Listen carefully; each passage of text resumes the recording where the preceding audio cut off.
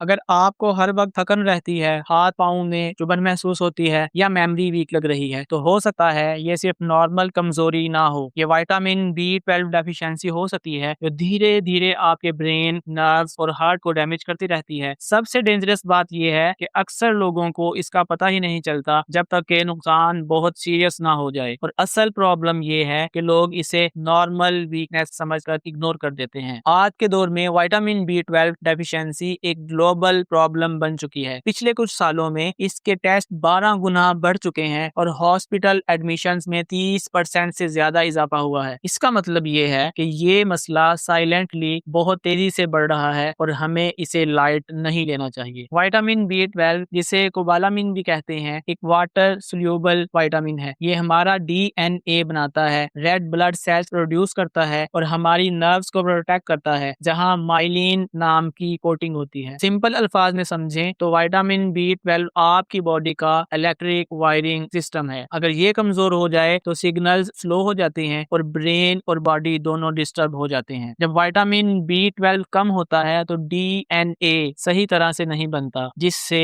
Red blood cells abnormal हो जाते हैं, जिसे मैक्रोसिटिक एनीमिया कहते हैं। साथ ही माइलिन डैमेज होती है, यानी नर्व्स की प्रोटेक्टिव लेयर खत्म होने लगती है। इसका रिजल्ट नमनेस, बैलेंस इश्यूज और मेमोरी वीकनेस की शक्ल में निकलता है। बी 12 सिर्फ खाने से लेना काफी नहीं होता, इसका एब्जॉर्ब होना जरूरी होता है। हमारा स्टमक एक प्रोटीन बनाता है जिसे इंट्रिंसिक फैक्टर कहते हैं, जो बी 12 को पकड़कर इंटेस्टाइन तक ले जाता है जहां वो एब्जॉर्ब होता है। अगर ये सिस्टम फेल हो जाए तो इंसान बी 12 ले रहा होता है लेकिन बॉडी उसे यूज नहीं कर पाती। नाज़रीन, इस डेफिशिएंसी के 4 मेजर कॉजेज होते हैं। पहला है ऑटो इम्यून कंडीशन, जिसे पर्निशियस एनीमिया भी कहते हैं, जहां बॉडी अपने ही इंट्रिंसिक फैक्टर को डिस्ट्रॉय कर देती है। दूसरा है माल अब्जॉर्प्शन, जिसमें Crohn disease, coeliac disease, surgery या वर्म्स शामिल होते हैं। तीसरा है डाइट प्रॉब्लम, जिसमें लॉन्ग टर्म वेजिटेरियन या वेगन डाइट होती है। और चौथा है मेडिसिन, जिसमें मेटफॉर्मिन और एसिडिटी की मेडिसिन शामिल हैं। विटामिन बी 12 की कमी की निशानियों में थकन, वीकनेस, रंग का पीला पड़ना, जुबान का स्मूथ और रेड हो जाना, जिसे ग्लोसिटिस भी कहते हैं, हाथ पाँव में चुभन, चलने में प्रॉब्लम, मेमोरी वीक होना और डिप्रेशन शामिल हैं। सीरियस केसेस में ये पैरालिसिस टाइप नर्व डैमेज तक भी जा सकता है। ये इसलिए डेंजरस होता है क्योंकि सिम्टम्स बहुत लेट जाहिर होते हैं और बहुत लोग अनडायग्नोज्ड रहते हैं। इसलिए इसे साइलेंट डेफिशिएंसी किलर कहते हैं, क्योंकि डैमेज अंदर ही अंदर होता रहता है लेकिन इंसान को पता ही नहीं चलता जब तक कि पानी सर से ऊपर ना गुजर जाए। इस डेफिशिएंसी का रिस्क सबसे ज्यादा कुछ खास लोगों में होता है। एल्डरली लोग जिनके बॉडी में एब्जॉर्प्शन नेचुरली कम हो जाती है, वेजिटेरियंस और वेगन्स जिनको नेचुरली डाइटरी बी 12 कम मिलती है, प्रेग्नेंट और ब्रीस्ट फीडिंग वुमेन जिनकी बॉडी को इसकी रिक्वायरमेंट्स ज्यादा होती है, मेटफॉर्मिन या एसिडिटी की मेडिसिन लेने वाले लोग, और वो पेशेंट्स जिनको स्टमक या इंटेस्टाइन सर्जरी हुई हो। इन लोगों को स्पेशली अलर्ट रहना चाहिए। विटामिन बी 12 डेफिशिएंसी की डायग्नोसिस के लिए CBC टेस्ट होता है, जिसमें MCV 100 से ऊपर हो तो ये पहला सिग्नल होता है डेफिशिएंसी का। सीरम बी 12 लेवल अगर 200 से कम हो तो डेफिशिएंसी कंफर्म हो जाती है। एडवांस केसेस में MMA और होमोसिस्टेन टेस्ट भी किए जाते हैं, लेकिन याद रखें नॉर्मल रिपोर्ट का मतलब हमेशा परफेक्ट हेल्थ नहीं होता। लेटेस्ट रिसर्च के मुताबिक विटामिन बी 12 सिर्फ ब्लड विटामिन नहीं, बल्कि ये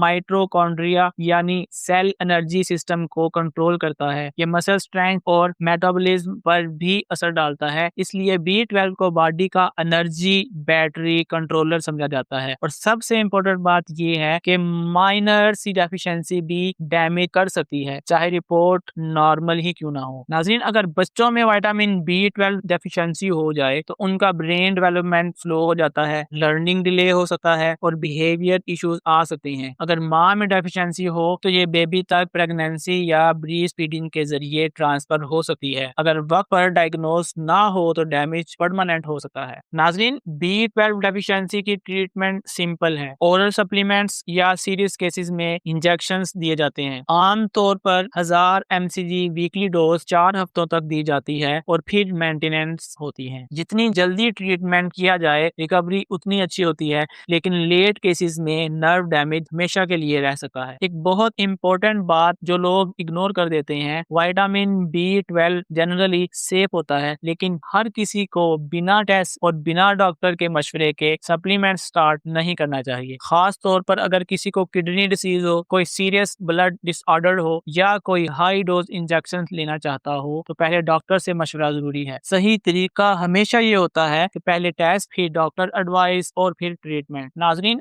B12 डेफिशिएंसी की रिकवरी में वक्त लगता है। एनर्जी कुछ हफ्तों में इंप्रूव होती है, ब्लड भी कुछ ही वीक्स में नॉर्मल हो जाता है, लेकिन नर्व्स को रिकवर होने में महीने लग सकते हैं। जितनी देर होती है उतना परमानेंट डैमेज का रिस्क बढ़ जाता है। तो नाजरीन, हमारे जिस्म को B12 की कितनी मिकदार रोजाना चाहिए होती है? डेली रिक्वायरमेंट सिर्फ 2.4 माइक्रोग्राम होती है, लेकिन बॉडी का अब्जॉर्प्शन सिस्टम वीक होता है, इसलिए 500 माइक्रोग्राम लेने पर भी सिर्फ थोड़ा सा हिस्सा अब्जॉर्ब होता है, इसलिए हाई डोजेस दी जाती हैं। इसके बेस्ट सोर्सेज में लीवर सबसे पावरफुल है, उसके बाद क्लेम्स हैं, उसके बाद फिश जैसे सालमन या tuna fish, beef, milk, yoghurt, eggs, ये चीजें इसके सोर्सेज में शामिल है। इम्पोर्टेंट बात यह है कि फ्रूट्स में विटामिन B12 होता ही नहीं, इसलिए वेजिटेरियंस के लिए फोर्टिफाइड फूड्स या सप्लीमेंट्स जरूरी होते हैं। बहुत से लोग समझते हैं कि B12 एनर्जी बूस्ट करता है, लेकिन सच ये है कि अगर बॉडी में डेफिशिएंसी ना हो तो एक्स्ट्रा B12 लेने का कोई खास फायदा नहीं होता। अगर विटामिन B12 डेफिशिएंसी को इग्नोर किया जाए तो brain damage, nerve damage, dementia और पैरालिसिस तक हो सकता है। ये सिर्फ एक विटामिन की कमी नहीं, ये आपकी पूरी जिंदगी का सवाल है। याद रखें कि विटामिन B12 डेफिशिएंसी सिर्फ थकन नहीं है, ये धीरे धीरे आपके जिस्म को खोखला करती रहती है। अगर आपको सिम्टम्स फील हो रहे हैं तो आज ही टेस्ट करवाएं और इग्नोर बिल्कुल ना करें। इस वीडियो को